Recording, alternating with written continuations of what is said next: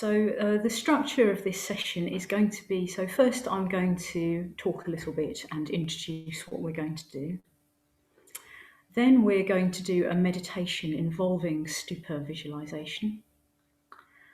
And then we're going to have a period of a kind of, I'd say it was going outside, but I'm aware that maybe not everybody is able to go outside. But if you are able to, we're going to have a period of time taking our Stupa and elements practice out into the open air, or you can do it just in your space if you're sort of 10 floors up in a flat or something like that.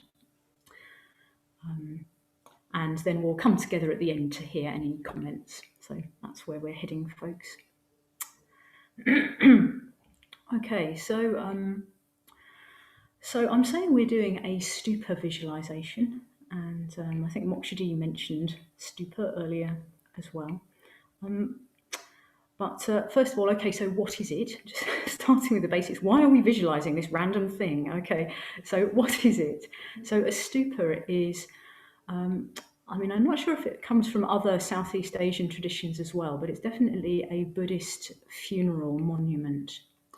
And the origins of the Stupa are when the Buddha was asked by some of his followers, well, look, how should we remember you after you're dead? Like what should we do? Should we make a big statue? Should we paint a picture? What should we do? And the Buddha didn't answer in words, but what he did was he took off his outer robe and he folded it so that it made a cube. And then he took his begging bowl and he put it upside down on the top of that cube. And what he meant was build monuments like this. And so it's, so the Stupa has got a very, very long history in the Buddhist tradition. And then it kind of spreads out like across all the different countries. And then it takes on like different cultural forms, which I'm so not going to go into. If you look on Google image Stupa, you'll see all sorts of weird, wacky, wonderful things. But in a way, like one aspect of a Stupa is, well, if the Buddha is not in your experience, if enlightenment is not in your experience right now, well, how do you bring it to mind? How does enlightenment come into your experience? And I mean, actually, it's that thing that Maitrisiddhi was talking about this morning about, well, what are we inspired by? And like, what's our vision? What are we moving towards? What is it? What are we going for refuge to? What's alive in our experience that gives us the courage to turn towards what is difficult? And so we'll be exploring the Stupa in terms of that. So just in the simplest way, you see a Stupa and it brings to mind the Buddha and the fact that enlightenment is possible. And because it was possible for the Buddha, it's also possible for us. And I'm doing my usual thing of like wanting to go 6 ways at once, which you can't do, you really can't. Maybe at this point, let's have the first Stupa up. So Natalia's doing a bit of screen sharing for me. So we've got so the Stupa comes up in different elements and people actually build them. You get whole like valleys or plains with Stupas all over them. I've seen them in Ladakh. Quite often they're painted white and they've got eyes on, and yes. So a Stupa, it's like this symbol of bringing the Buddha to mind. And it's a symbol of death, but it's also a symbol of rebirth. Because it is this idea that, the Buddha experience can arise in our experience at any moment, no matter how far away it might be.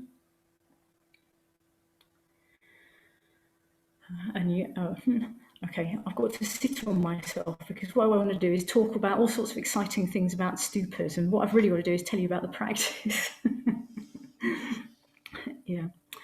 Okay, so there's a lot of symbolism in a stupa, but what we're particularly going to be looking at in this meditation practice is a stupa as the embodiment of the 6 great elements. Okay, so now's the moment for the second stupa, Natalia. So, you just heard how with the Buddha, it started off with the 2 bottom elements. So you've got the cube at the bottom, and then, well, for the Buddha, it was a kind of semicircle, and it can also be a sphere. And then through time, it grows to embody the 6 great elements. Okay, the 6 great elements. And what this is it's a wisdom teaching. It's taking us, it's asking us to question the nature of our experience and to come more deeply into our embodied experience. So we've got this as a symbol, okay, and a symbol is designed to kind of like take you deeper into that kind of like full, integrated kind of like what life is, what experience is. And what we're trying not to do is see it as like a load of plastic Lego blocks somewhere over there. Okay, so what this is a symbol telling us about our nature. Okay. So the first thing about, so we've got the 6 great elements as being earth, water, fire, air, space, and consciousness. Okay, so we're not talking elements like the periodic table, like you learnt about in chemistry. Okay, we're talking about elements of experience. It's asking us to look into our experience and actually notice, oh, well, what sorts of experience do we have? So if we start with the earth element, which is symbolized by this kind of ochre yellow cube, so it's sort of blocky, solid, stable, and it's talking to us not about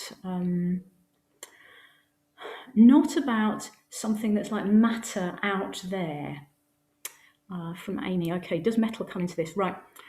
The Chinese system is a bit different. Now, I imagine they all interrelate somehow, but I don't know anything about metal in the Chinese system, so I'm not going to talk about it. But if you know about that, you'll probably be able to make some interesting links afterwards. Yeah, so we've got this kind of, we've got earth element. Yeah, so it's not talking about like soil or rock, although those are earth element. It's talking about our experience. So we're trying to make this shift in how we think. So we start off with this assumption. There's me here, here's me, on one thing, look, body, see, here I am. And then the stuff out there that I'm calling earth or water or whatever.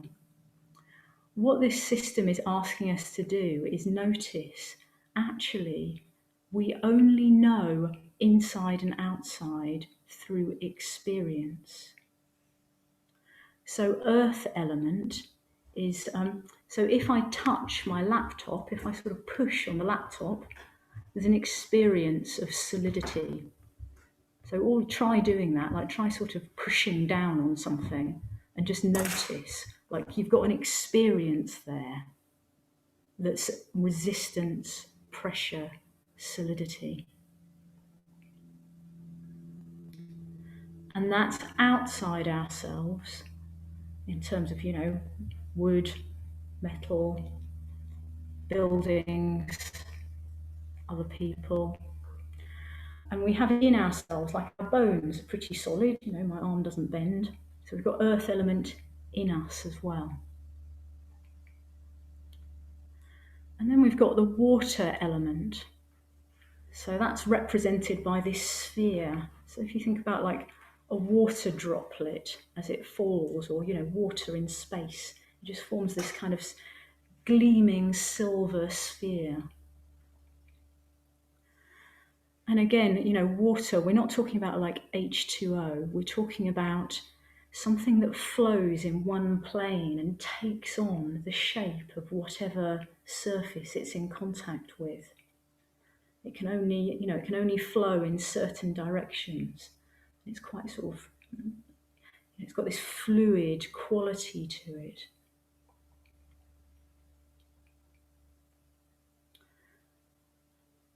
And the whole sort of like, our body is mostly water, so it's like the resilience and the kind of squishiness of our body, that's water.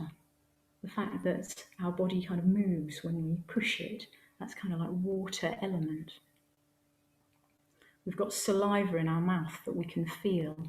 So whatever feels wet, whatever feels viscous and flowing in one plane, what we're looking at there is experience. Okay, we're looking at water experience, not something outside.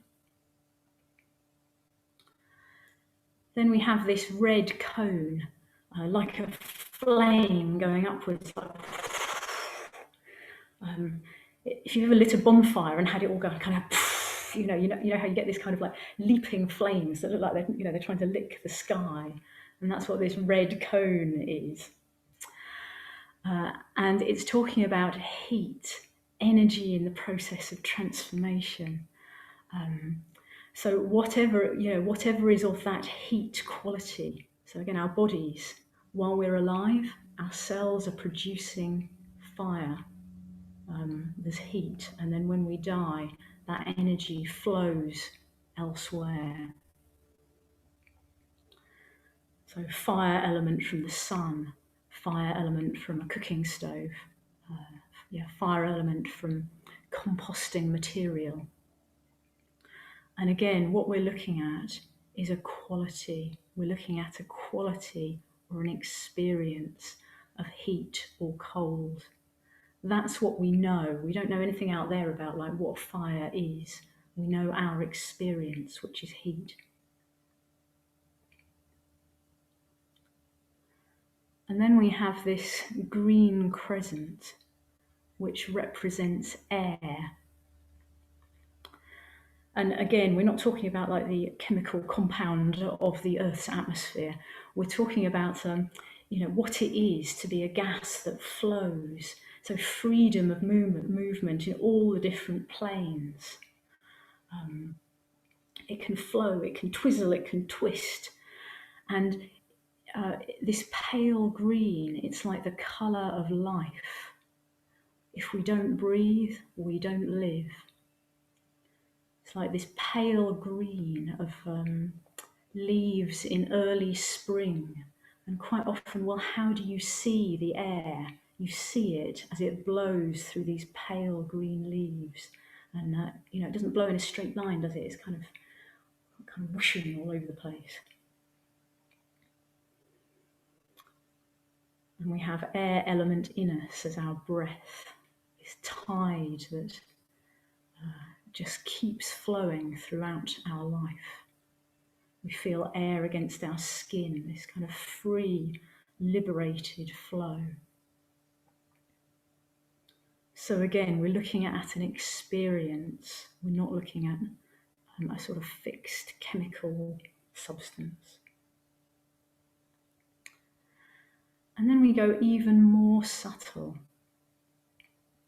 And right at the top of this stupa, we have the flaming drop, which is consciousness.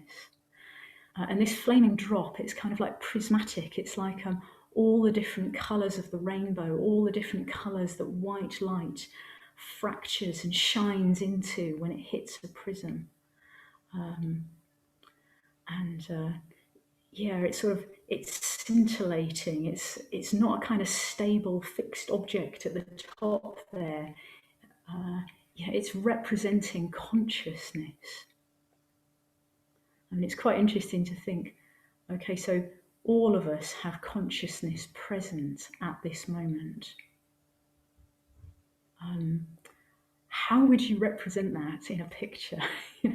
So I think they did fairly well actually with the flaming drop.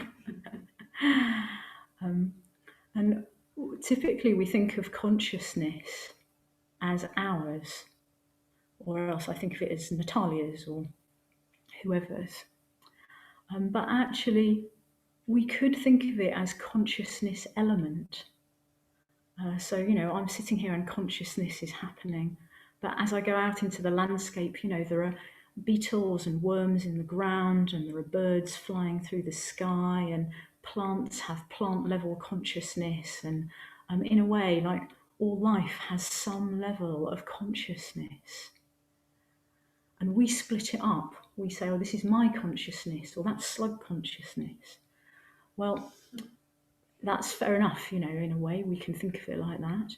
But actually, what would happen if we didn't think of it like that? What if we thought of consciousness as one of the basic elements of experience, as basic as solidity, earth, fluidity, water, heat, fire, air, flow in all directions? What if we thought of it as basic as that? In Buddhism, there's no split between mind and matter. It's just you've got different aspects of experience manifesting in different ways. And then we have the whole stupa in the middle of a vast blue sky. I hope you can tell that my piece of drawing paper is a vast blue sky. And it's this vast blue sky that a lot of Buddhist visualizations begin with, and we will also begin in the vast blue sky. That is limitless. It stretches in all directions, beyond space, beyond time.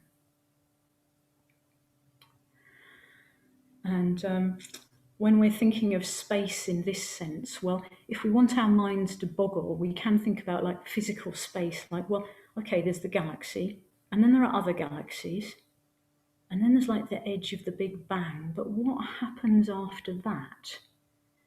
It's like as soon as you start trying to think about space in a kind of physical sense, your mind just starts falling over, because either it's finite, in which case there would have to be something outside it, or it's not finite, in which case your mind still just boggles. So it is quite fun to take your mind in that direction sometimes, possibly not if you're feeling really scared, but on a good day you could take your mind in that direction. And so having that sort of reflection, it does do something to our minds, like it takes them bigger. But space as an element is also just this felt sense of, well, what's the space my body takes up? And we make different shapes as we move into different positions, go between standing, sitting, lying, yoga, all sorts of funny shapes in yoga. And then at a certain point, we'll die, and that space that our body took up, well, all the different components will kind of split into, they'll transform, they'll change. And that space our body takes up, well, was it ever ours? It can be quite powerful to reflect like this. And everything happens within space in a way it's containing all our experience. But we also mean space in an inner sense, which is akasa, like akasa jyoti, in fact. So when we go inwards to meditate, actually there's a felt sense of space in our minds. Actually, either we feel contracted or we don't. We feel spacious, we feel open, we feel like there's freedom, there's space to breathe. So we've got a subjective inner sense of space. And when we enter that inner meditative space and we notice it as like space element, or just that act of bringing consciousness and awareness to it, it does tend to mean that it opens up. So again, we can think about space in terms of a physical common sense looking at space. But also we're talking about it as an experience. Like, what is our experience, our felt experience of space?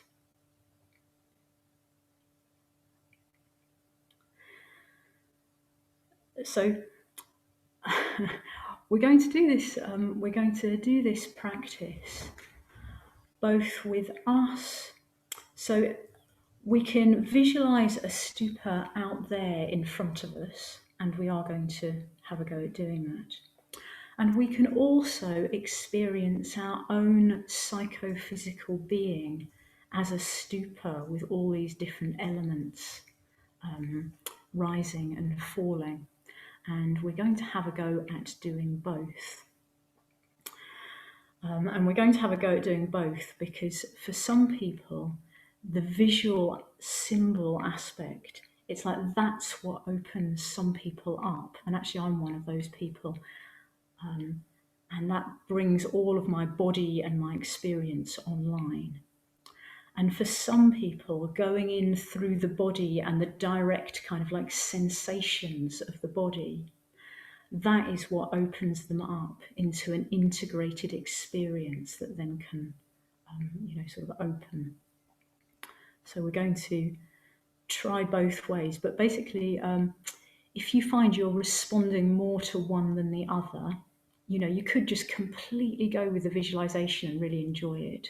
Or you could completely ignore the visualization and just go with, okay, earth element in my direct experience. Where am I experiencing that? I think one of the most important things to learn as we practice is it's like, well, what works for us? Because actually different approaches suit different people. And what this stupa visualization takes us towards is it starts dissolving assumptions that we have about ourselves. And this can be sort of limited views like, I'm a bit of a rubbish sort of person, or I'm like this. But it also dissolves views about us as fixed, separate, and unchanging. And how this helps in the cremation ground is what is scary in the cremation ground is we see change and we freak out. I freak out anyway. It's like, wow, change, it's unknown, I don't know what's going to happen, I'm scared. I don't like it. Whereas what this stupa of the elements is trying to tell us is that actually the nature of reality is a flow of change. This is what impermanence is really telling us about. And we're seeing that as things and beings arising and then things and beings ceasing and dying. But actually what that is flow and change. Now, this is a wisdom teaching, and it doesn't deny suffering or heartbreak or tragedy. But at the same time, it's offering us, at any moment, we can step into a more open way of being. Like at any moment, we can bring awareness to experience. And that's what it's inviting us to do.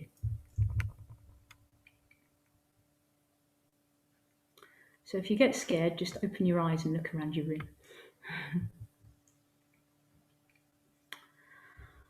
Okay then, folks, so if you want to, so Natalia, maybe you can take the stupa down, and if you want to settle yourselves into meditation posture,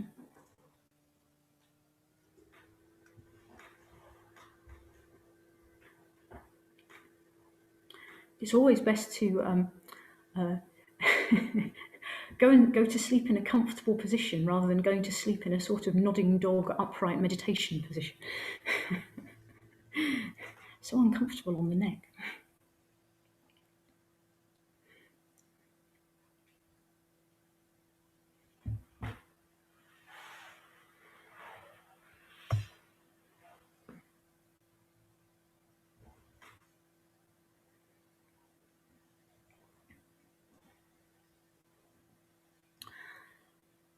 Okay, so we're going to do this one element at a time. But to start off with, let's just become embodied.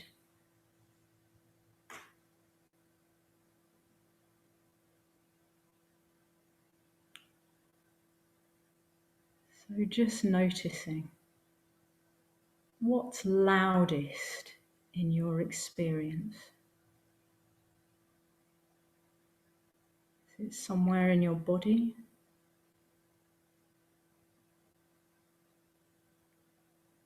Perhaps an area of tension?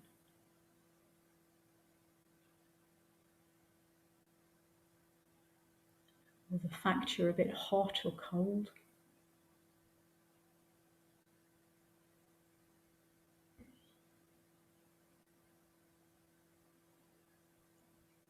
And just noticing where in your body you can't really feel.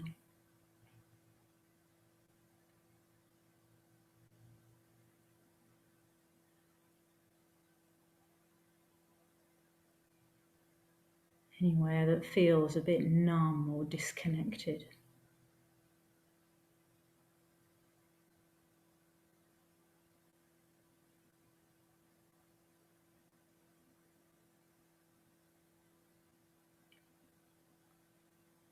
Noticing the mind.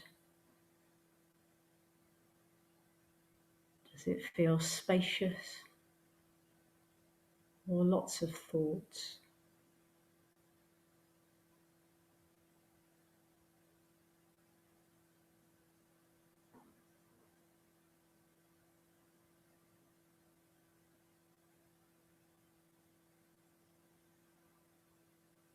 And just noticing.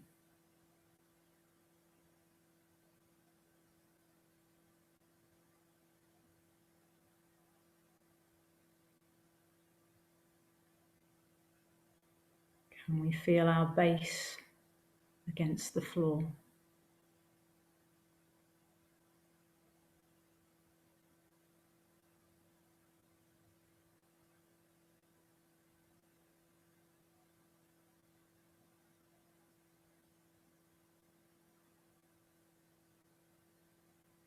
And our breath.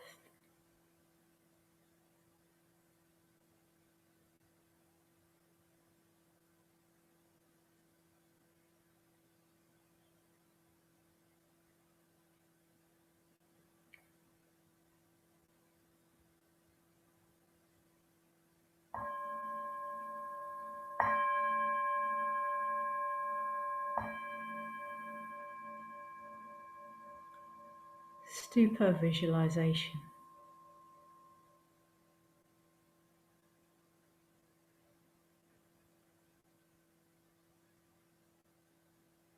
So allowing all our physical experience,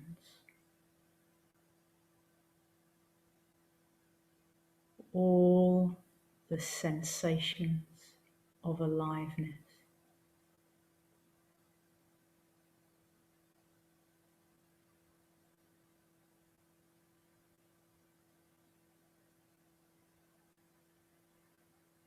now letting our inner space of awareness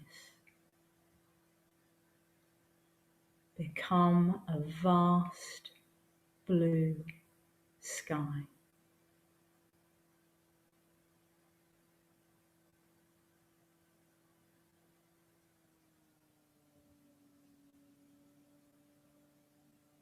A warm summer sky.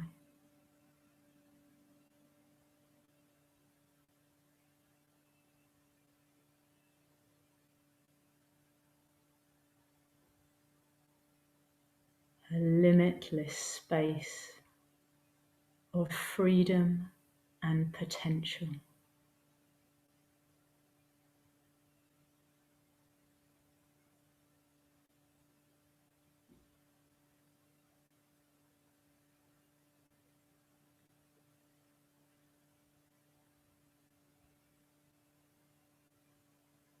And it's imbued with love.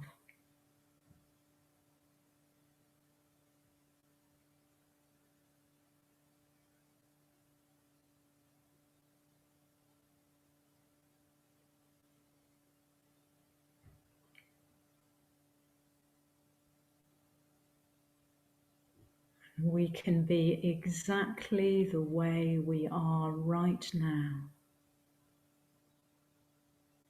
in this vast blue space.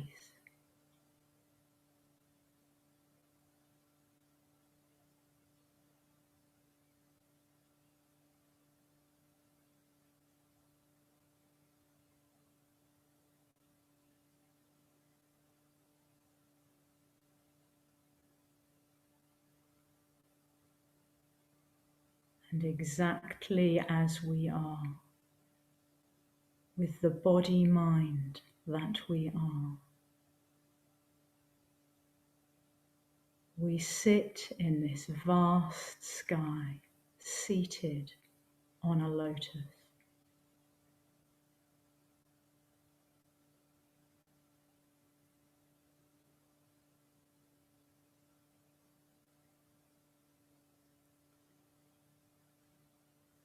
So noticing our sense of groundedness,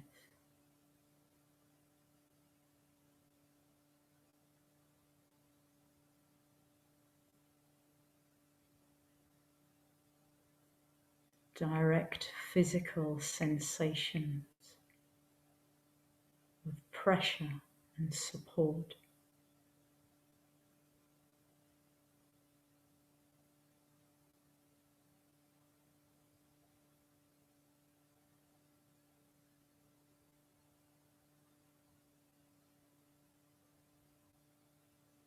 And shimmering out of the blue sky before us appears a yellow ochre block, earth element.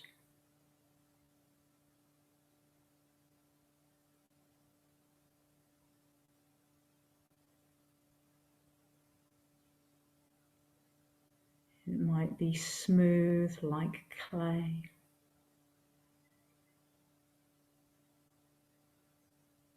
or cracked like sun-baked rock.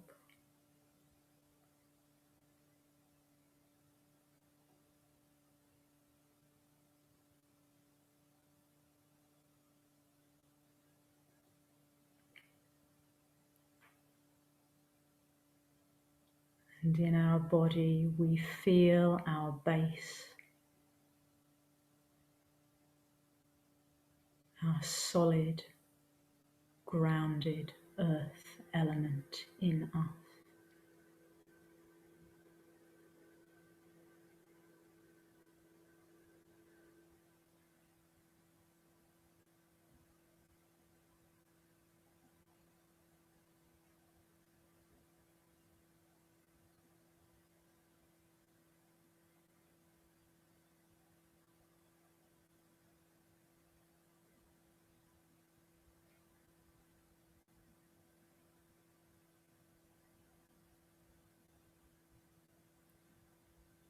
Noticing the felt experience of solidity.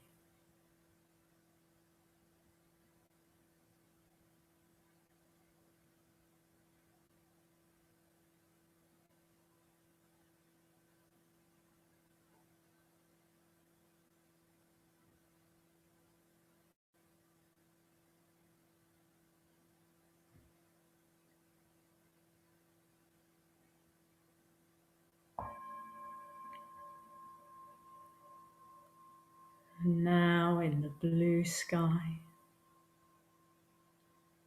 a shimmering happens, and a sphere of silvery white appears.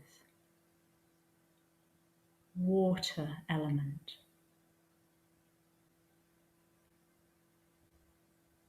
Like dewdrops on grass.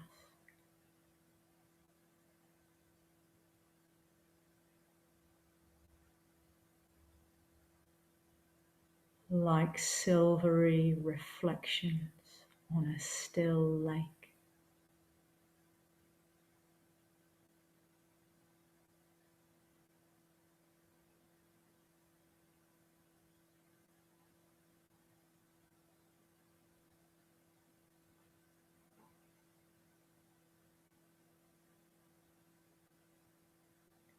And within us, we notice saliva in our mouth.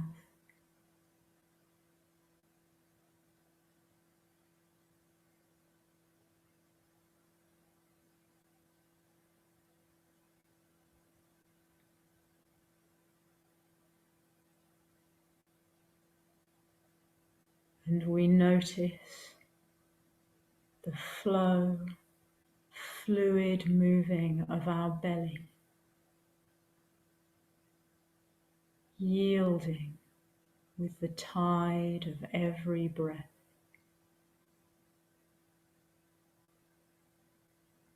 flowing within the bowl of our body.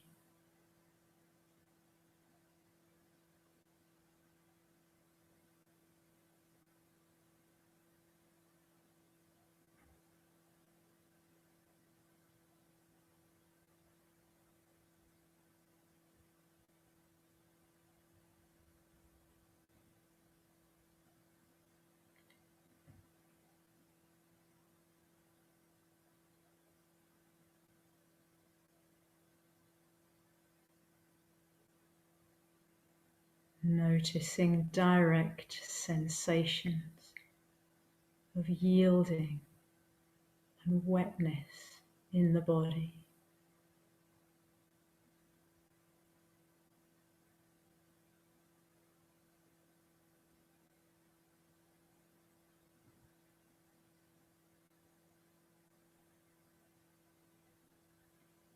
And this shimmering silver white water sphere in front of us.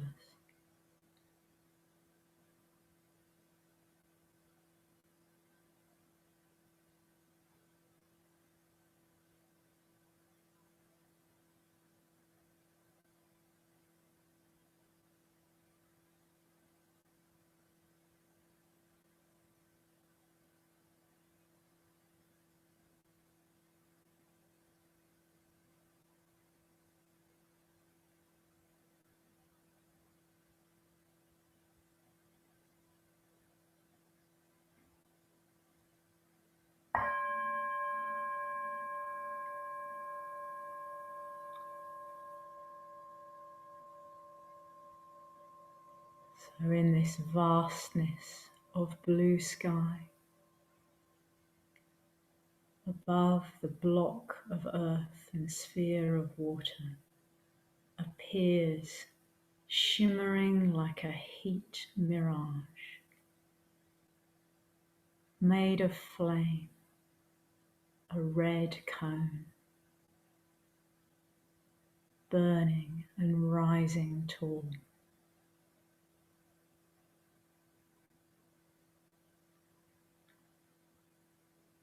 We can feel the heat on our faces.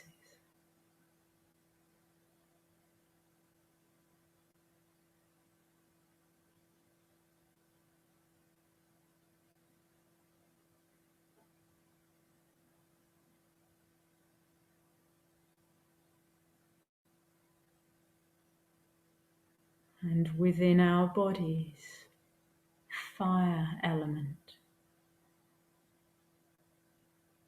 Any sensation of heat or cold.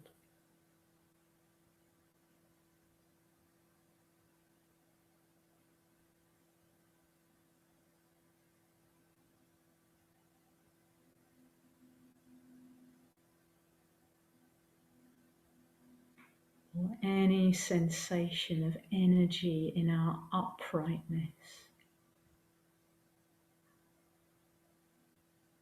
Electric spines rising towards the sky.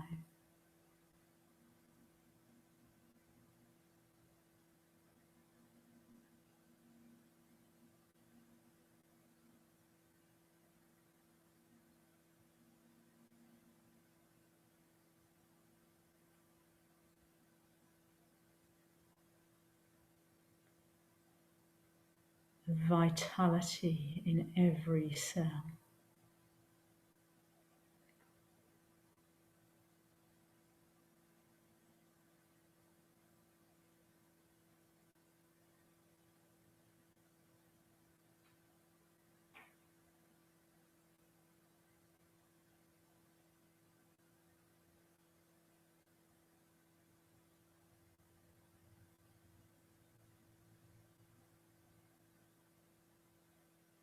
noticing direct experience, fire element in this body.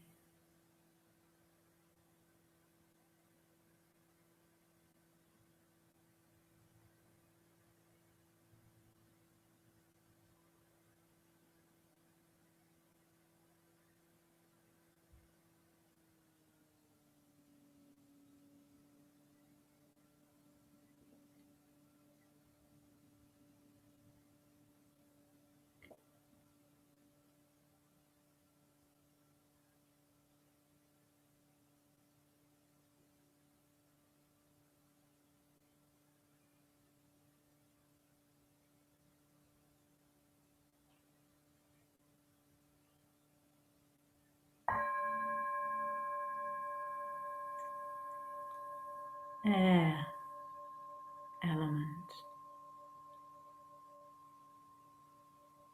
arising in the blue sky above the flaming cone as a green crescent, light like a feather.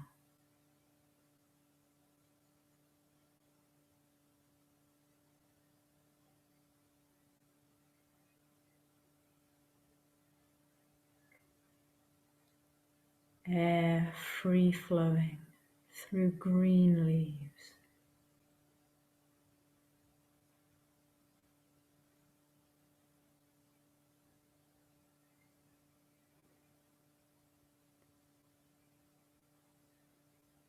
Freedom moving in all directions.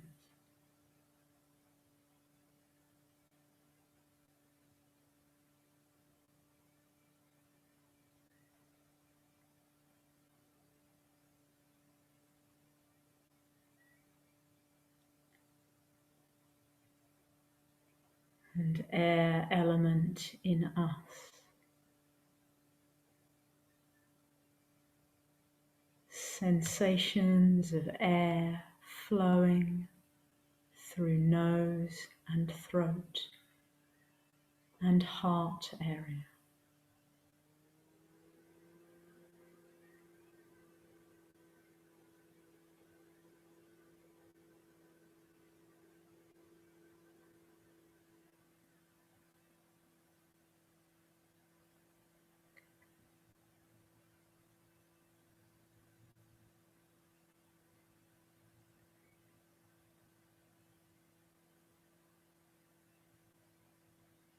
Freely flowing.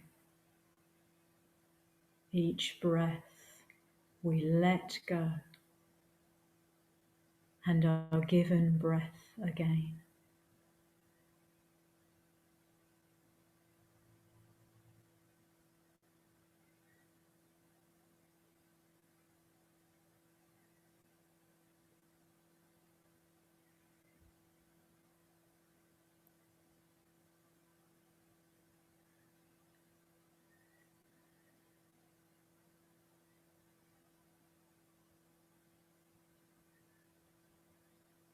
Our experience. What does that breath feel like?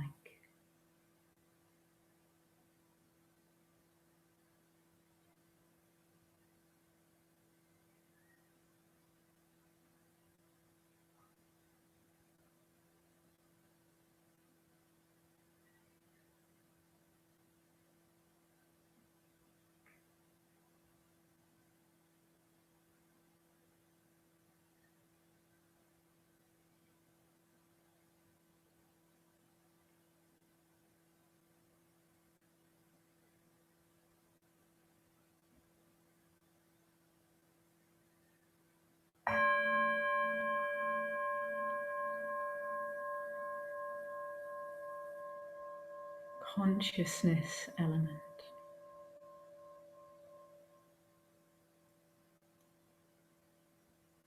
So above the green feather-light crescent of air, shimmering out of the vast blueness, appears a flaming drop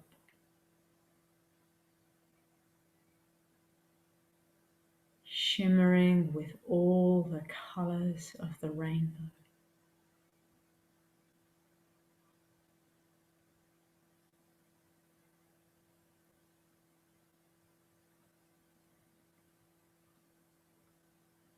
Beautiful, insubstantial,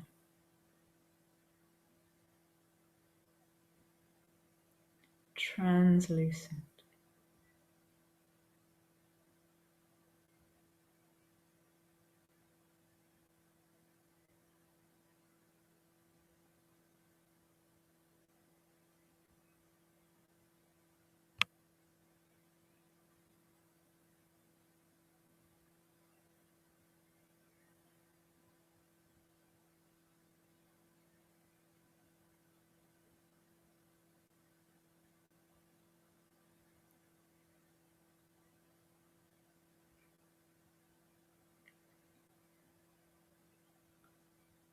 And bringing awareness to our consciousness.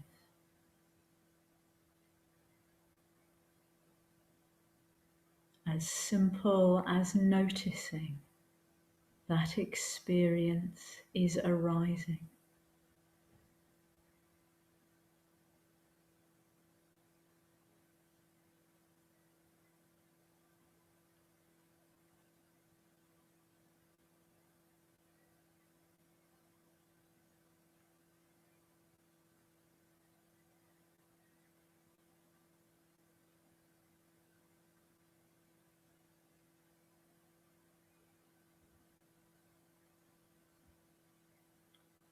Whatever our consciousness may be like at the moment,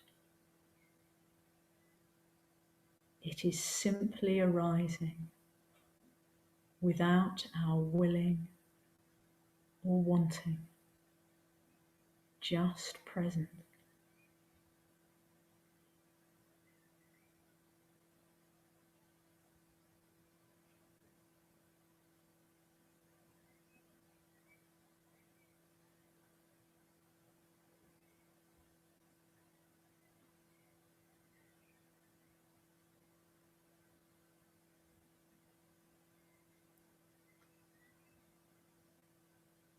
Just as consciousness is present for us, so consciousness is present for all life living around us.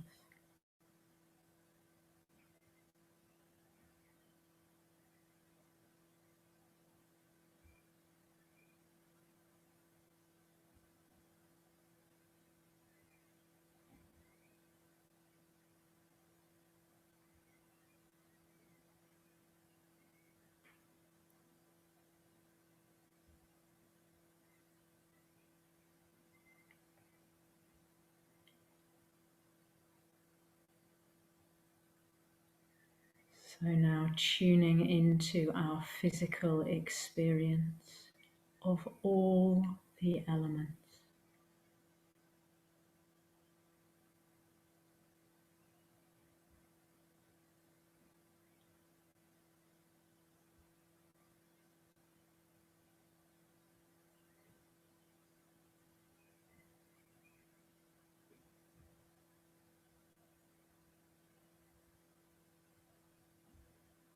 Solidity, fluidity, heat,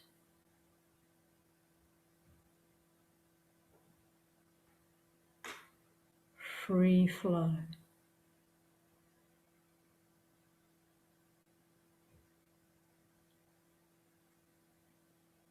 present to awareness,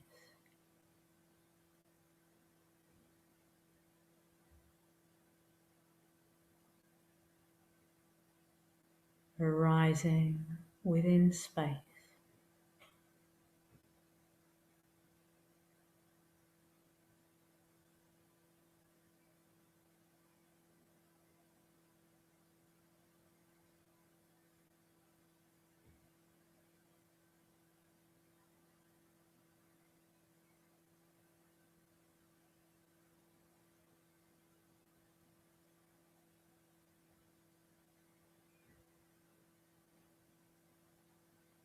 our psychophysical being as these 6 stupa elements.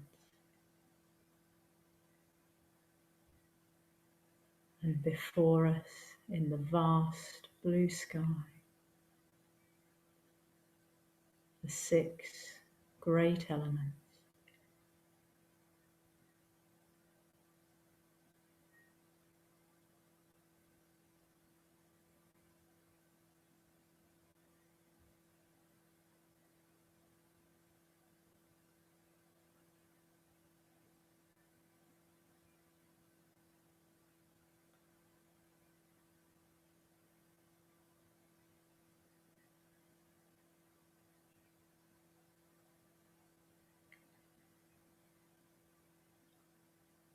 So now the flaming drop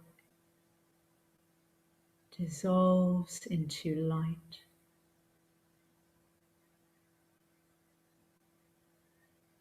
into the blue sky.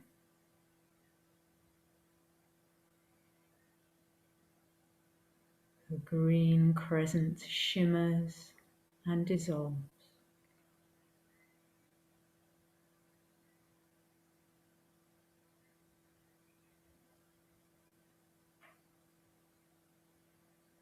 The fiery cone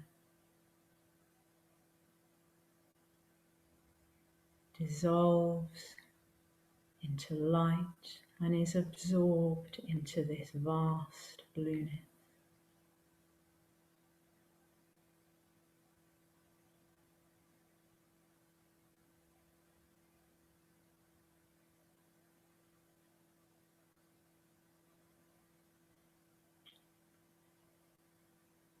Silvery white water sphere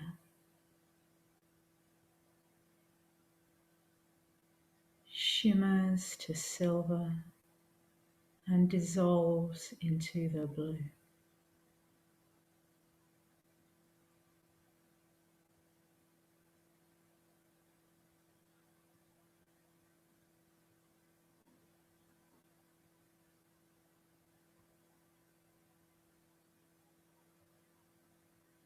And the ochre yellow earth block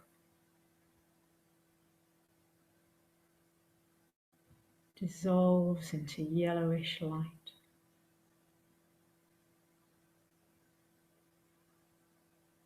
and is absorbed in the blue.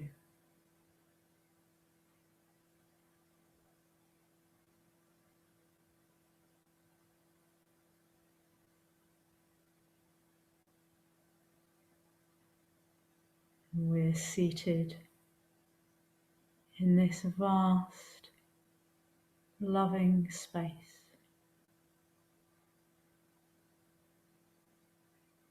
Potential,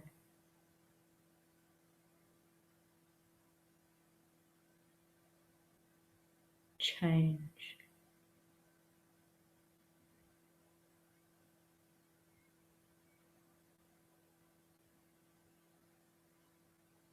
flow.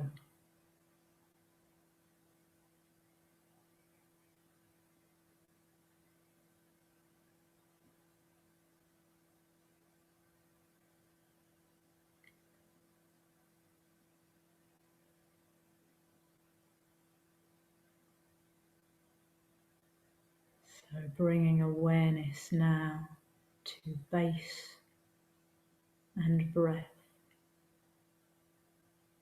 and letting any visual aspect dissolve.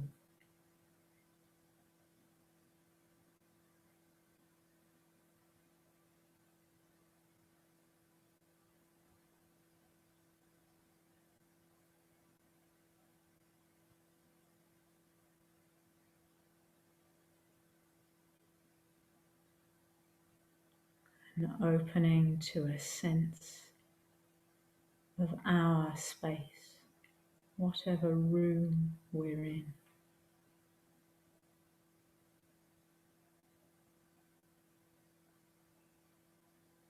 And us seated as a living stupa,